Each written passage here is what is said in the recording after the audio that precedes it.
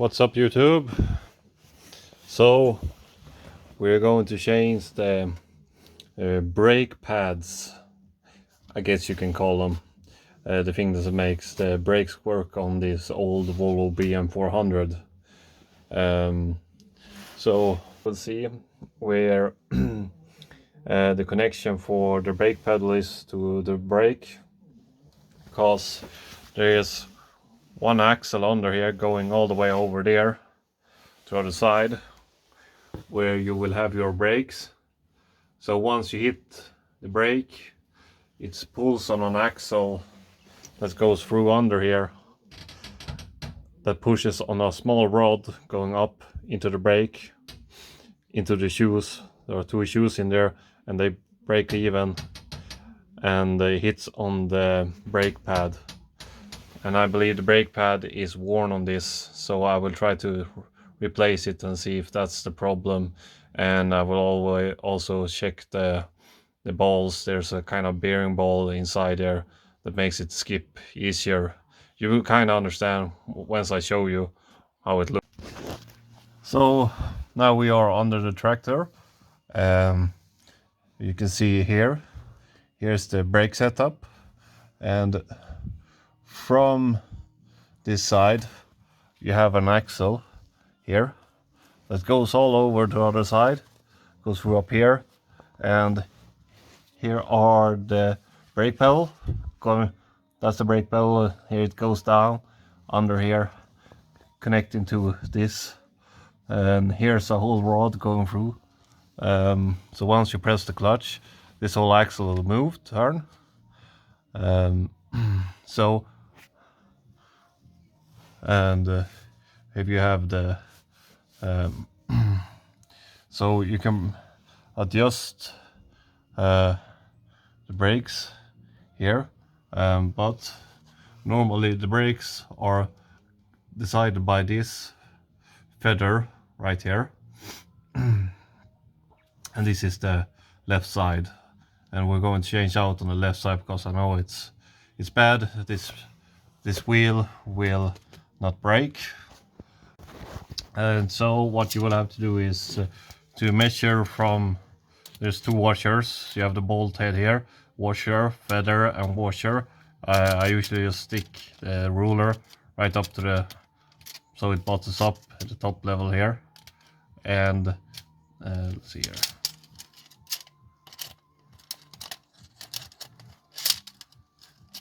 Like that.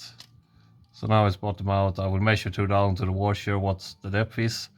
I don't remember really what it is. I will link or put it in the description how long it is in centimeters, but so you know the right tension, because you will actually just feed this bolt up and down to adjust the feather, and that will adjust your brake, how hard the brake should brake and hit on the bearings inside. I will show you how it's supposed to work. It's a slip disc kind of deal. So you have to tell you, remove the pins first, because when you release this bolt, you can see here, it goes threaded up in here, which is a part of the braking system. So once it's threaded up, these pins will be easier to slide out, and when they are removed, you will twist this. And this is the locking mechanism here, so make sure that you don't, so you can get the power of the feather to go up into the braking. So remove the pins first, and then you can twist this. As you will see, this will come looser and looser and looser as you twist, and sure enough it will go straight out of here. You just keep on twisting it. You can put something on there to help it get out. This pin is making hell of a time. Had to use a punch to get it started, and this one too, so they're evenly rusted. But don't worry, you just remove this so it doesn't have any tension, and we get the pins out. Should be a breeze. So here we have the adjustment screw on it. So this is what's resting beneath.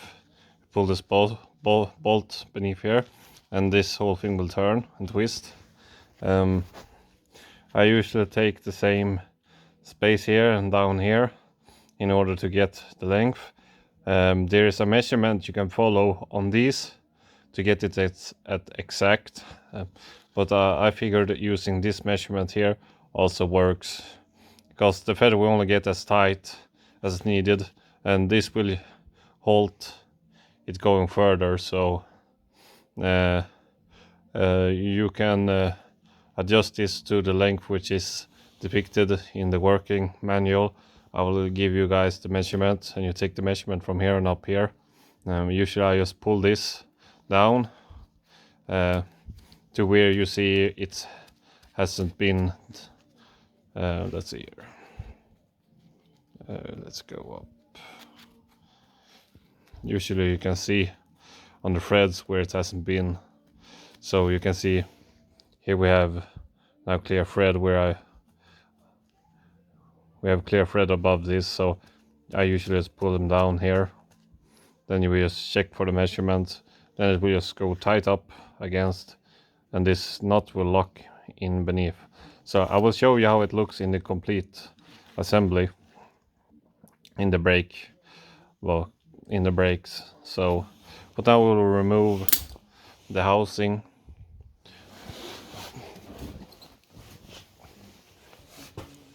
Which you do here. I've already started. So you have a 18th bolt here. There are 5.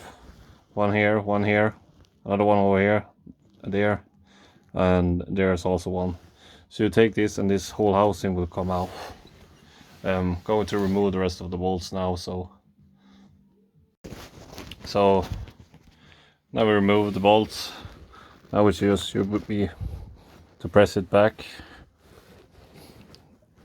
There's an axle in the middle of here, so you just twist it, and it should just pop out like that.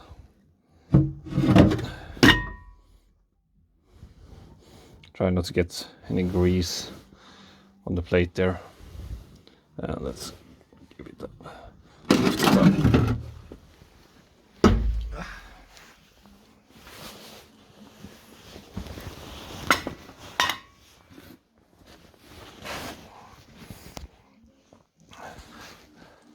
So, to understand how it sits, see it goes in here.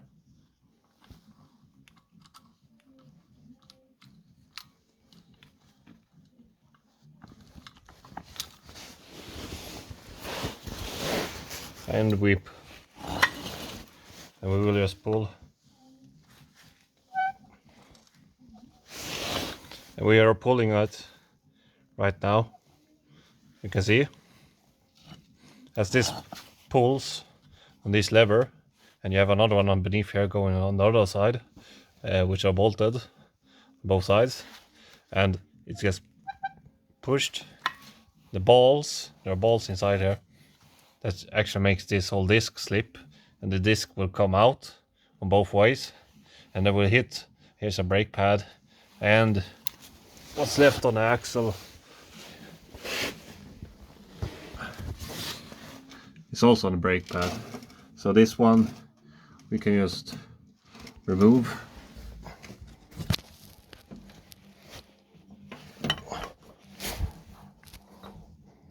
I will try to remove it. A bit stuck.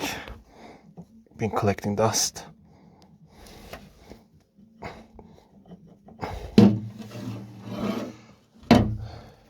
And you should also look, because there is a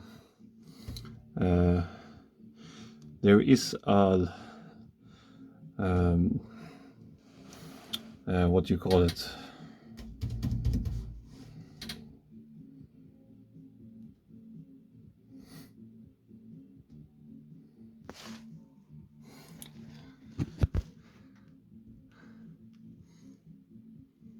There is a fitting inside there that makes the oil inside the gearbox not leak, because if you got leakage in here, you will not have a very good time. Usually this brake surface here where the pad goes, you just need to clean out and it should just be good to go. Now for getting this loose, I think we can just, I don't remember if I just could lift it up. I think I could do it. Let's see here.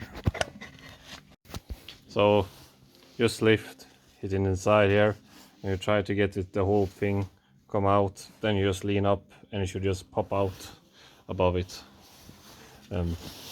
So here is the brakes. We will be removing the spring, the other spring, because there are balls in here which we will lube by using graphite. It's quite easy to do, so yeah. Also you can see the spots where it's been sitting from the brake pad. They're brake shoes, I suppose you can call them. So this has been uneven worn, I see. This has been going quite far on the side. This one is better. So probably the surfaces have been, it's been grinded so hard so it doesn't have the surface to meet up. So we will replace these and I will try to see if this will help it, because the measurement is quite off. Let's see this one. This is more evenly worn. And this is the brake pad that was on the outside. And this one is a bit uneven. You can almost see it being uneven. But you can measure the brake pad. Long time ago you could just shift these plates out and put in a new fitting for the cog here. But we will not do that. So let's try to remove the springs.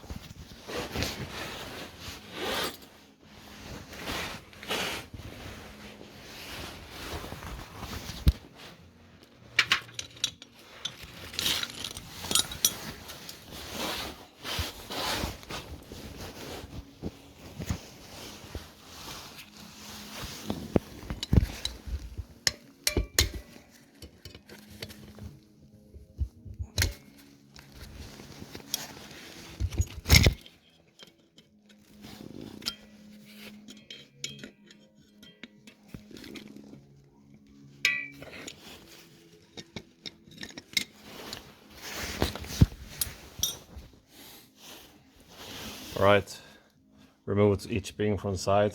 Now this will get jacked up like this, and we will try to understand how it works. So you see there's a ball there.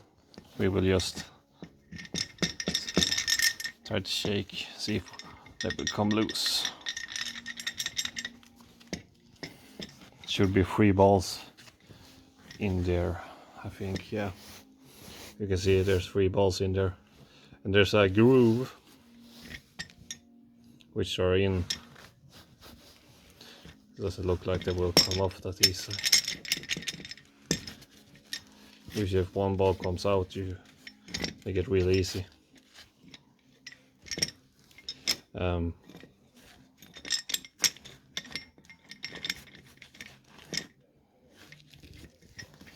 So I think we'll just remove this pin, and this is what holds these levers together, and this should just come off them. So what I ended up doing is I tried to remove the pin and get this one to unlock, because then this both would be freely removed, but I ended up taking off the bolt. So you can see here, here's the nut on the other side, here's below, and these you can actually grease up. So we'll clean this with a steel brush, put on a I probably won't actually coat them with copper grease. I will try to use graphite on this as well. So now we have it removed. So these are freely. So now I can show you guys how it looks. So you can see there are grooves, and then it goes up, and the same on this side and on all three. So the idea is that the ball sits in here, and once you apply pressure from this side, it will force the ball to kind of go up. And when they go up, it will push on this side, and it will push on this side, and the whole contraption expands. It will open. And that's why you have those brake pads on the outside on each side. So you kind of can think it as a reverse a drum brake, or in a similar fashion to our old drum brake. But instead it's the whole shoe that goes out and pushes on the brake pads, which in turn will slow down the axle, because the brake pads is what connects it to the axle. This will sit loosely around, and once it's pressed out, it will hit on each brake pad, and it will slow down the axle, which will in turn slow down the gearbox. That's why you get the wheel to stop. Or the axle actually turned, there are cogs on the axle to each wheel that's connected to these brake pads, so it's separate axle for both. There's one axle going through the whole engine, and these are connected. No, each are reversed in cogs inside. If I had a gearbox, I will show you how it looks. Maybe I will link a description and you kind of understand. But the brake pad each for each wheel goes on this, and it expands and pushes on this on each side, and that will stop it. So now, maintenance wise, I saw this, but I can't feel really a scratch. Probably this has been from use. They have been breaking, so it's a bit burnt, and probably this is why it's been grinding on one shoe too much, and now it doesn't longer is able to keep up. I tried to adjust it and press it even more, but I don't get any braking effect. So I would clean this off with acetone, and all the shiny, even the housing, I will clean out with acetone, and I will show you what you will use for kind of graphite. It's kind of easy actually. Here you have what you need.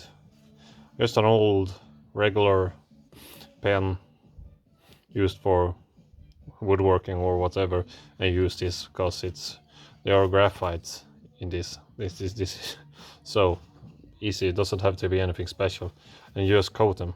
You write on this, and you will in turn also write this. So you just do that until you get completely black. But we'll clean them out a bit with steel brush and make sure that we don't have any other grease or stuff in it. So yeah, so we just use this thing until it's all black.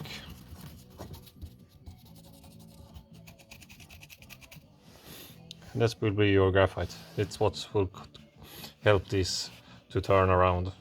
Really easy. So for the hardest part is to get it on again. So I've done everything cleaned here. Put graphite on them. Put this color in here. The pad already on. This is last pad. So the problem is now that you have to get this and face to the cog just nice, and that's the hardest part. But once you get it started, you can just thread the bolts in and force it in, and there shouldn't be any more problems than that. But twist it around. You could do before you make a notch on the old one, a notch up here, and you know which way is up, and then you have to match it on the old one to the new one. Also on the new ones, I realized that they actually, the paint makes them a bit thicker, so they're actually kind of hard to smooth in on the axle, because they actually grip quite hard on it. So you have to actually file out a bit on them if you want it right smooth. You should not put any grease on this. No grease at all. There should not be a single coin of grease on this axle. So file out this instead, and it will make it easier to get it snugged.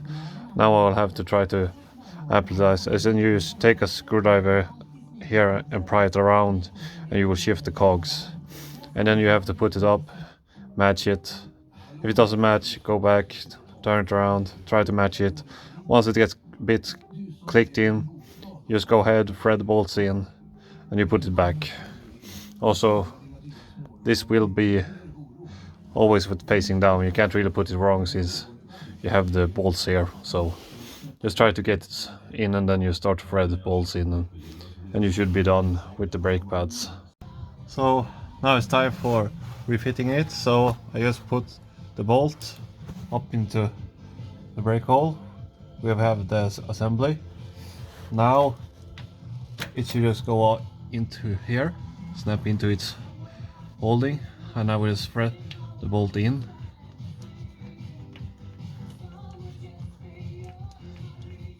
And by the way, I will link it, but the nut is supposed to be 2 centimeters from the open thread in order to get in there.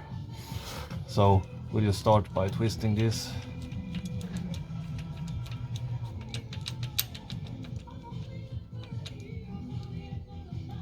Now it's snugged. I will see if I can. Doesn't have to be really much. You can tighten it by hand, and now you can adjust the threads. So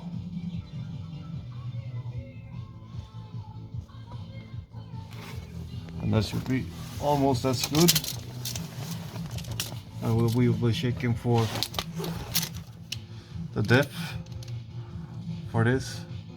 It's currently at 3. I will recheck the other one. So the feather should be no tighter than 3.5 in order to be the same as the other side. I just did that and snugged the screw back.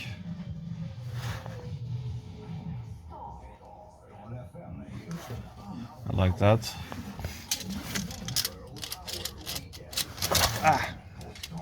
It should just be 3.5. Yeah. So really nothing more special to do there. Now it's just put on new pins to hold it, and we should be done to try it out.